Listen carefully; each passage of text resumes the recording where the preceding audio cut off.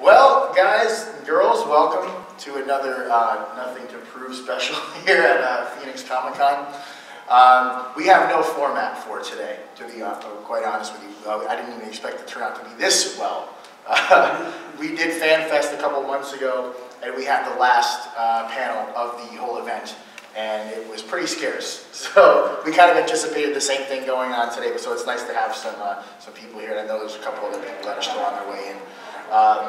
But we wanted to keep, like I said, as informal as possible. We wanted to talk a little bit about everything, some of the happenings and the goings-on that happened over the weekend here, just some general things that we had run into and kind of experienced and saw here on Thursday as well as today. Joe and I were here on Thursday afternoon and did one of the first panels of Con, and we had a lot of fun doing it. Then we had to go immediately out of town that evening to go do some wrestling up in California. So it's been a very long weekend for us. We haven't been here the whole time, but with minimal sleep and a lot of traveling, we made it here for this last one.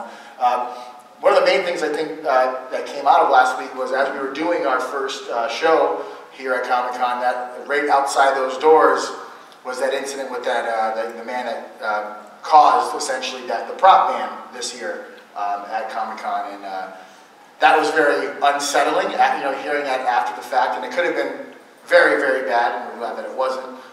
We're glad it was minimalized. But it was going to be very interesting to kind of see how everyone reacted to that ban. And obviously, a lot of people, part of Con is dressing up, for a lot of people doing cosplay and things like that. And I know that there's a lot of time, effort, money, among many other things that go into to coming up with these characters and these costumes and things like that. And for me, it was really disheartening because there's a lot of people that really look forward to this time of year every year, and a lot of them, their whole focus of the whole year is to get to this weekend, and for it to be taken away from them essentially, or at least a huge part of it, because of the stupidity of one guy, or if you want to call it that, whatever it is. Just very unfortunate that it had to go that route and affect people. And I know some people took it to an extreme, and some people were more upset than others. Some people made a joke of it and kind of tried to make as best of it as they could. But what's your take, Joe? I mean, it's just, like I said, this is such a peaceful environment, such a welcoming environment, and for something like that to happen and really kind of throw a monkey wrench in it is kind of shitty. Well, walking around today, we talked to some of the artists, and like one of the guys was like, this is like one of the most laid-back, kind of chill environments he's been at any of these. Like a lot of the East Coast ones are a little bit more uptight. And out here, it's pretty chill. And for it to have started the way it did, it is pretty harsh. But we kind of heard the story of what happened. So the guy's sister made a phone call and told them to watch out for him. Like, well, thankfully she did that, And that's how they kind of knew it was him, because all the cops saw him and were like, yeah, it's probably just a costume, but it looks real, real. Like shotgun casings and stuff. That looks pretty legit, but nobody really thought anything. And I guess the sister called up and found him. That's why. And it all turned out to be real and legitimate, which is a scary situation. Whether he was going to do anything or not, if like one shot was fired, this whole weekend would have been gone, and who knows what they would have done moving forward. Yeah. And a lot of people are saying that it may not be, this prop ban may not be permanent, and for the long haul, years to come, there might be some adjustments. And to me, it kind of seems like Comic-Con and people that are involved here in the Phoenix Police Department kind of really had to think fast and kind of figure out what's the best possible thing to do in a short period of time. They didn't really have time to kind of plan out their strategy as far as what's going to be best for con goers and what's going to be the safest for everybody. So I don't foresee this being the rule moving forward. I mean, I'm no expert, I could be wrong, but I'm pretty sure for next year at least, there'll be some tighter security measures, kind of like we're seeing right now, as from Friday on, maybe a couple adjustments. But I don't think, and I hope not, that it's not a permanent ban on the prop weapons and things like that. Again, it's such a huge part of everything. And just want to let you guys know too, we're trying to keep this one as interactive as possible, so if anyone wants to chime in at any time, please feel free to raise your hand or just speak up. The mics are pointed out, we'll pick you up on the audio here too. Go ahead. Are you doing a podcast right now? Yeah, we're recording. This is the first time I've been on a podcast. Welcome, we just broke your cherry. You're welcome. We'll be gentle. What's your name? My name is Alex. I would like to thank Alex for joining us on our podcast. Hey, Alex. You may not remember your name after today. You should book him on other podcasts. It was a real privilege. It's an honor and a privilege to have you here, Alex. It's an honor and a privilege to take your podcast virginity. Thank you. I'm not making fun of you, I'm making fun of everybody else. Sounds good. Sounds good. Go ahead, dear. I was just thinking about the prop ban where they told people you can't bring in your cardboard box, you can't bring in your lightsaber. I mean, obviously those aren't real weapons. But I know they had to like just say none at all so that they could sort of sift through it later. But isn't it kind of silly not to be able to bring in a lightsaber? It's going to really be hard to distinguish what's what. I mean, if you want to really sneak in a weapon, you'll find a way to do it. If you have to paint it a fluorescent color and sneak it in, I mean, what if so, they just said like no, nothing that looks like a gun? but when you do that now, it's going to take a lot longer because now you're sifting through all these different things, yeah, you know. So, do you want to just say, all right, this year because of what happened, nothing, and you can get in pretty easily, or do you want to sit there and then scramble to figure out a way to let you through security? You know, because they probably been hot. Because I was talking to Greg, and he's like, they have like a bag, a lot of issues with bag checks over the years, and nobody's done anything, so they got real lax on the bag checks. Like Thursday we came there, walked in, like nothing was going on, I had my backpack on. But, and then this happened. So I think they were scrambling security-wise, and the police, they didn't really have a big presence, because there's never been an issue with this or the Fan Fest. So to say like, oh, some things are okay and some things aren't, now you're like trying to figure it out, and you have people that don't really know what we're doing in this place, telling other people like, oh yeah, this doesn't look like a weapon. An axe. You know, so for this year, until you can really smarten up the people, it's probably just better off, just don't bring a weapon. Yeah. You know, but I know a lot of people that like put a lot of time in their costumes that didn't show up. Like not because, put your goddamn hand down. Not because they're scared of their safety, but they're like disappointed in the fact that like, you know, they built these costumes with these like blade things on them, you know, like Predator and stuff like that. Yeah. And they're like, this is not, like, what am I supposed to do now? Right. So I get it both ways, but you can't just be like, oh yeah, this is a weapon, this isn't. Yeah. This year, just for the safety and the Yeah. sake of just having a good weekend. I think another thing that maybe was taken into consideration is they knew when they're going to have to do some type of ban.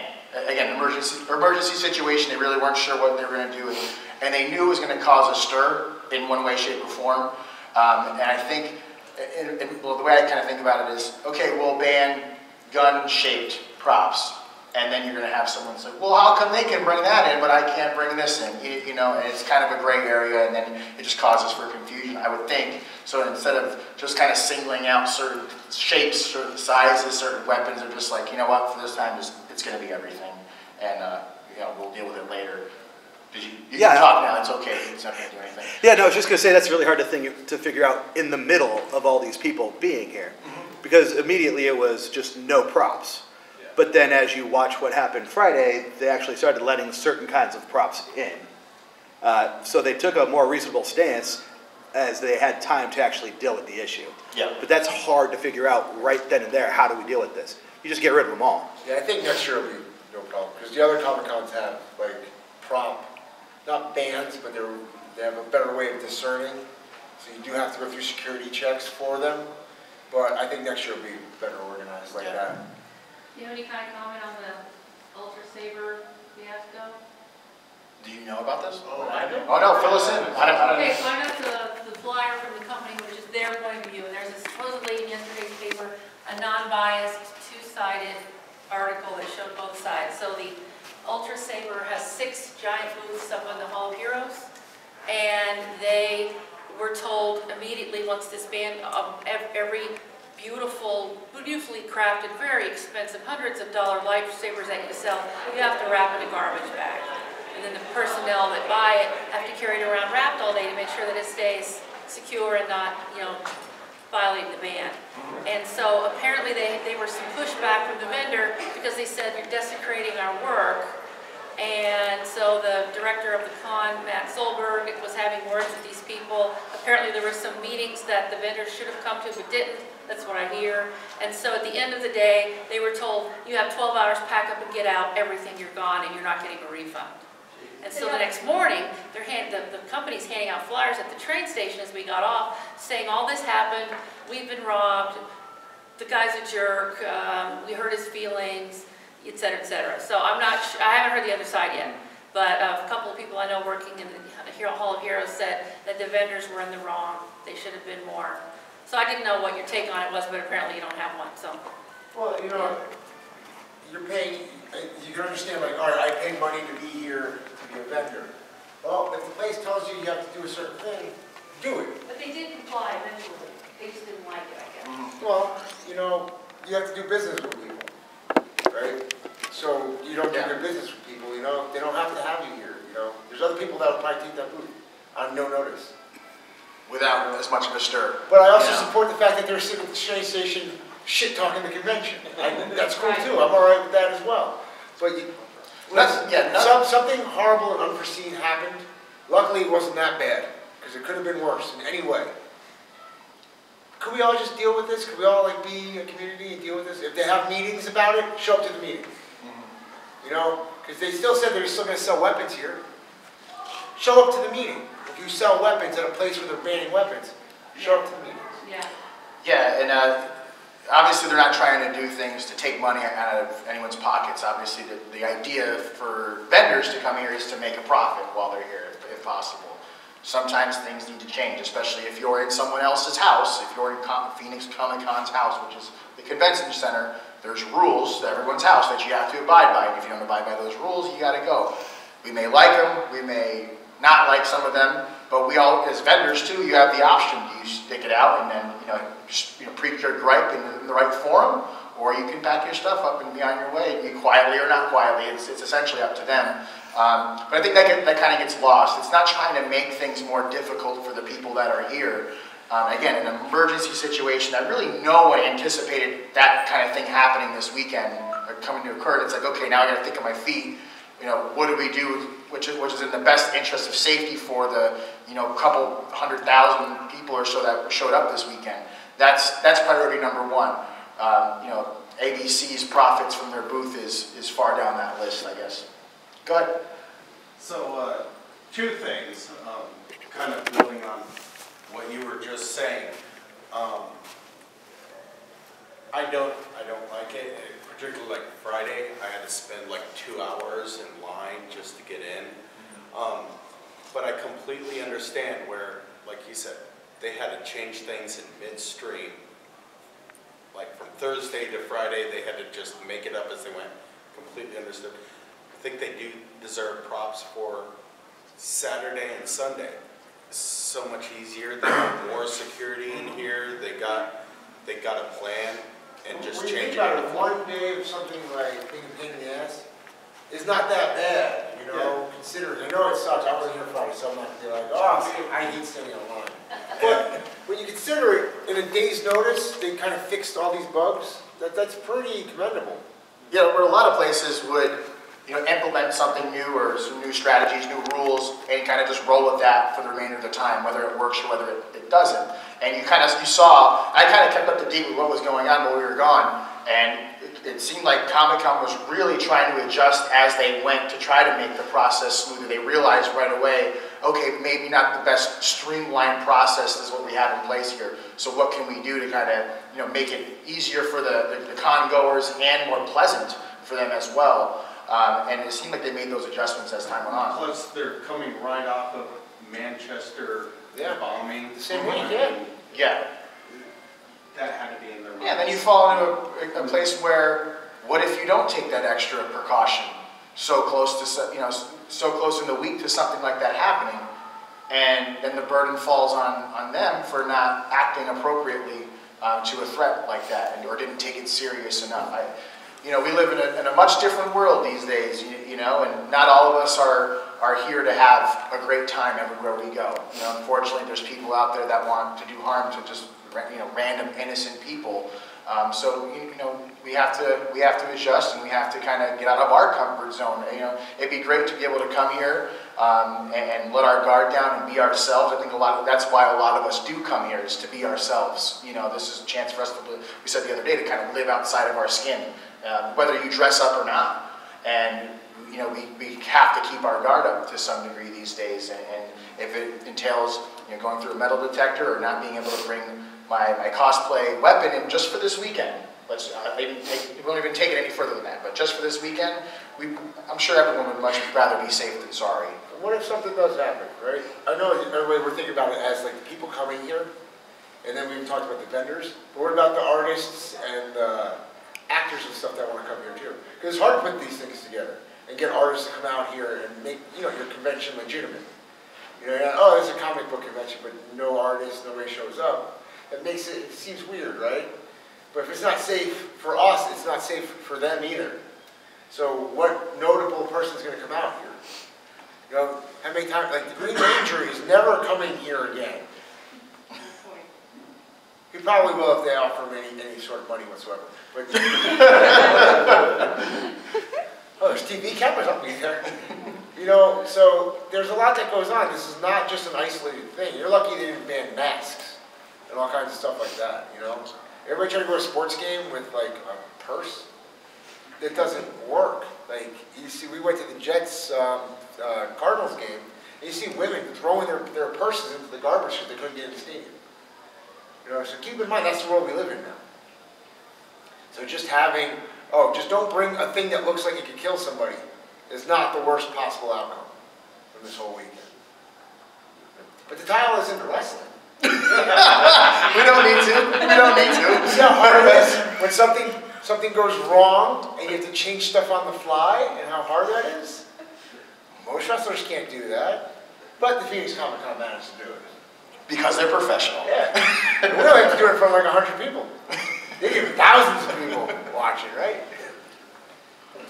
But let's lighten it a little bit. Unless anyone else has anything you want to say on the subject, please feel free. The adaptations were actually really cool. Like people with the cardboard, with the gun, the Deadpool with the blow-up swords. Yep. Like people had some really genius adaptations to this. Bananas. And that's the thing. There you go. When stuff goes wrong, that's when your creativity can shine, really. And they gave some people the opportunity to find, not to be like upset about it, but find something to be like, oh look, I'm going to get more Instagram likes for having the cardboard sign than I would have being in this costume with the actual rifle. Yep. Right? So it actually worked out. You had something else? I was just going to give you a free segue. So other than that, what other great stories have you heard from Comic-Con? You were in here, right? Jesus. Oh, man. I know exactly where this is going. No, we're not going there because she's sitting right there. Okay. So I brought my girlfriend to Comic-Con. She's not in comic books and stuff like that. She's like the only person on Earth that did not like Guardians of the Galaxy. You know, look at all the people. See, I told you. I didn't see She the never first saw one the in my first one, so defense, she so didn't I get was the very second. confused. She never saw Pirates of the Caribbean either. That's going to be a rough week. So she's standing there. She's wearing a dress. She's not dressed up like any character. She's not scantily clad. Nothing. And some dude walked up to her while I was talking to one of the comic artists and asked if he could take her picture. To which she said, yeah, and posed. He's like, yeah, did you play any sports in high school? I can tell. Bible. Oh, I can tell. And walked away. This guy was wearing like the white beater and like, he looked like Florida man. And I just looked over, he did that and walked away. I was like, it's great. All right. What else? What else happened? That's Comic-Con for you. Yeah, it is. Actually, I want to ask this question and see if any of you guys knew out there. We did a... She's sitting right there.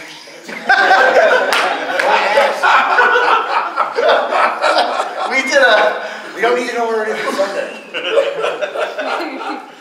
So is that a yes or no on the sports question? Alex, yes, good job. That's how you make a debut. There you go. I forgot where I was going. Oh, that's right. No, we were here for FanFest, and we did a live show then. And one of the topics that came up, which we had a really good conversation about with everyone that was there, was the cosplay is not consent thing.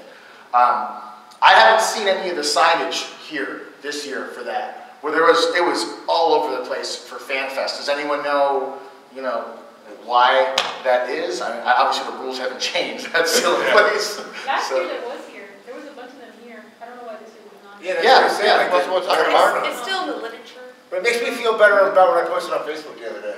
About the Prius? No, before the Prius. Though I hear the Prius gets a lot of play. Tell me about that. Is that still true? What? The legend of the Prius. Listen, I drive a Prius, okay? And people make fun of me for driving a Prius. But as a professional wrestler, part of your job is to travel. Travel far distances, and make as much money as you possibly can. We drove 12 hours each way. Well, it took us longer to get back because we took a nap.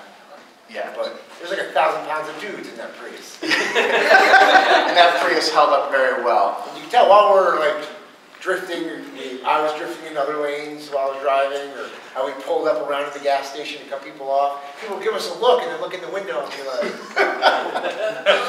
another one. Actually, this was maybe like a year or so ago. We were on our way to California to go wrestle, and there was 4 of us in the car.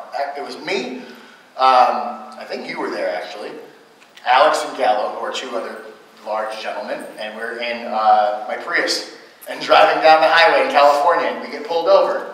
I wasn't speeding, and I'm like, oh, what the hell's going on? And the cop pulls me over, and he says, hey, do you know your tags are expired? I'm like, oh, he's like, yeah, it's only a couple days, though, don't worry about it, just get it taken care of.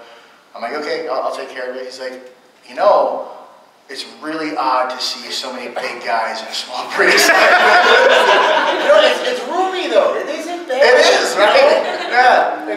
Like we run calls all the time in somewhere, like it's cramped in there, you know? So I Prius- recommend taking off the Hello Kitty sticker that It gives it personality, you know? No, and it's funny though, because so we were driving back into town yesterday. This whole weekend's a blur. We don't know where we are, what day it is right now. And he likes to post funny things, you know, in regards to what we go through. And he wanted to thank the Prius for holding up. Everyone should really give a Prius a shot, essentially like that. And someone had mentioned, like, and I'm paraphrasing, like, wow, Dom drives a Prius, like that's so uncool. And I don't know if anyone's seen me dress or in real life, I'm the most uncool person ever. And I had to explain to him in so many words, like if a car is what makes you cool, you have much more going on negatively. Fuck Dave Williams. But why has it been Dave Williams this whole time? He's been That's a good point. He's been harassing me at the freaking wrestling shows since I started wrestling. And he's going by 2 different names. Yeah. He's got an identity problem. Yeah. At least to his worry, you should know what kind of car he's driving, I would think. But yeah, he gets a lot of girls, yeah.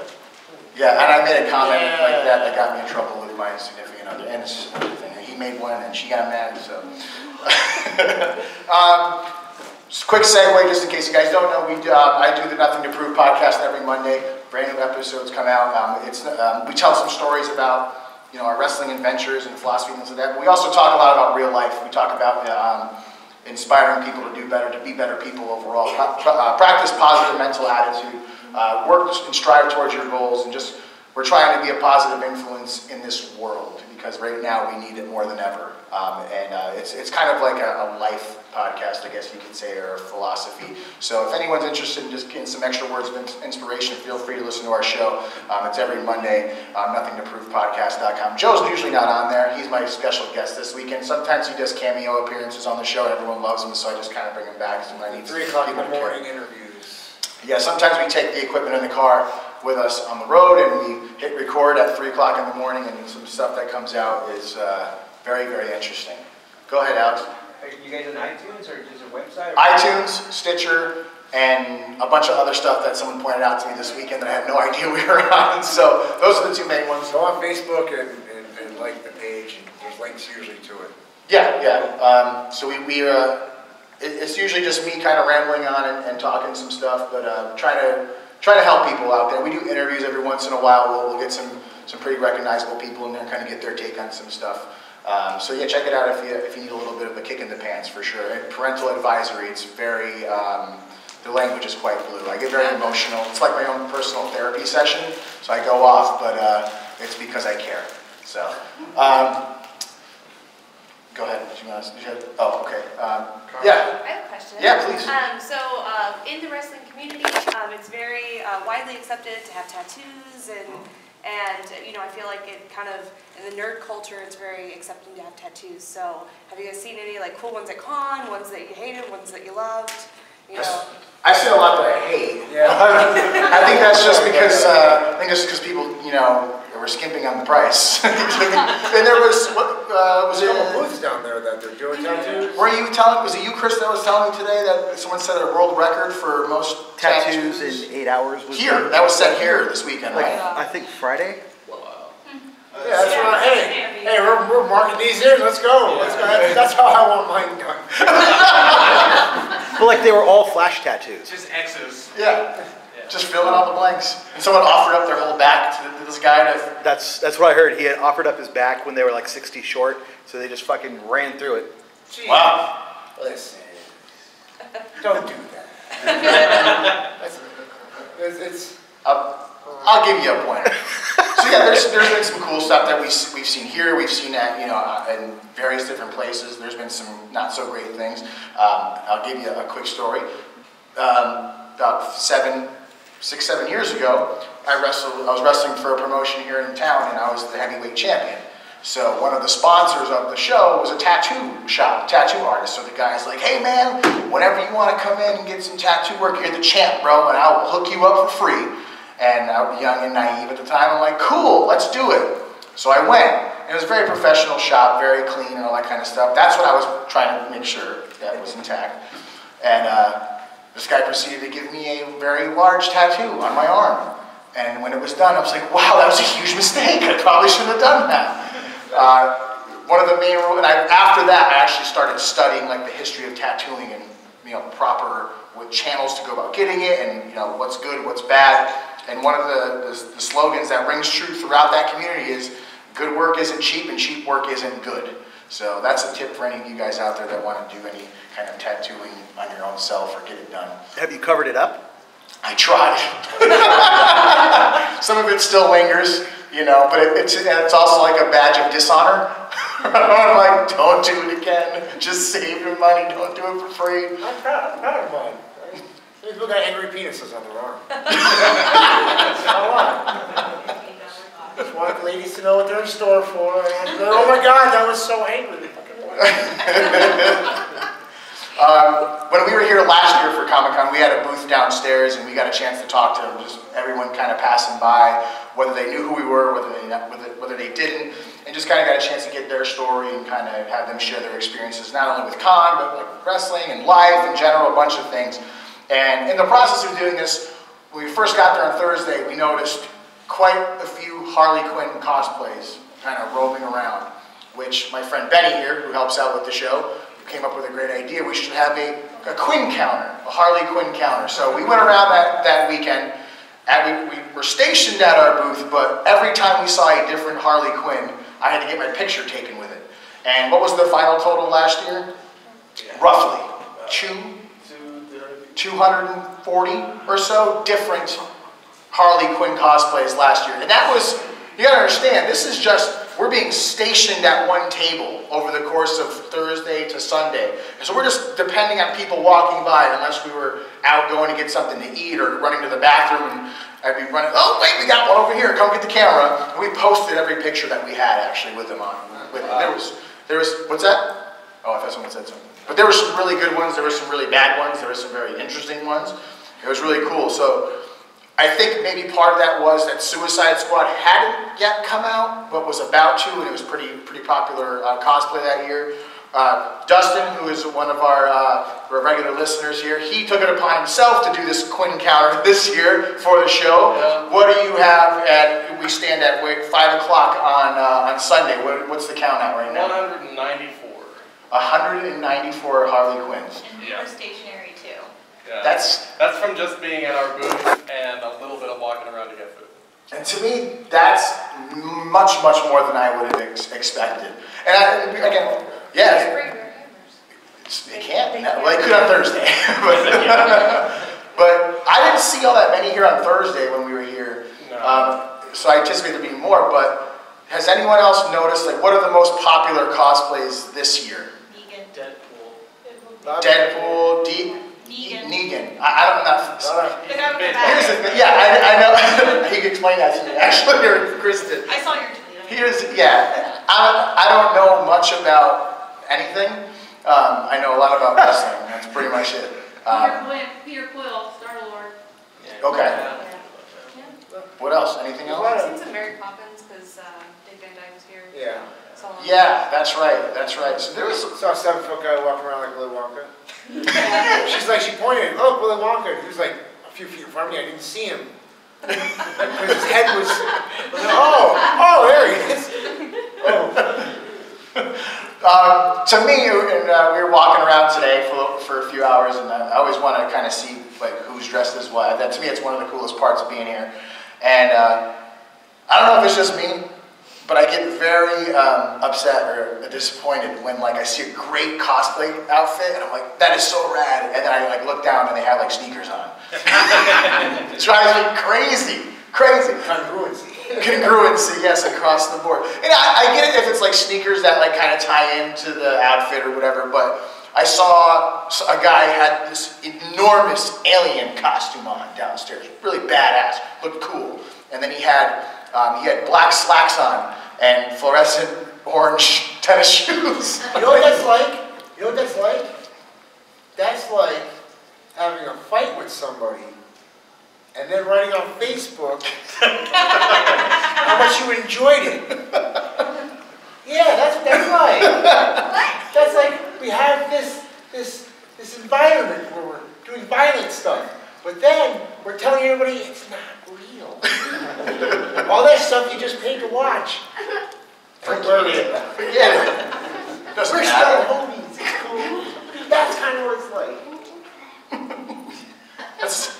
It's the 10% that kills the other 90. Yeah. But, you know, When you see those orange fluorescent sneakers on Alien, you're like, dude, what? I'm like, you're not an alien anymore. It's like seeing. You gotta be fooled. It's like seeing them all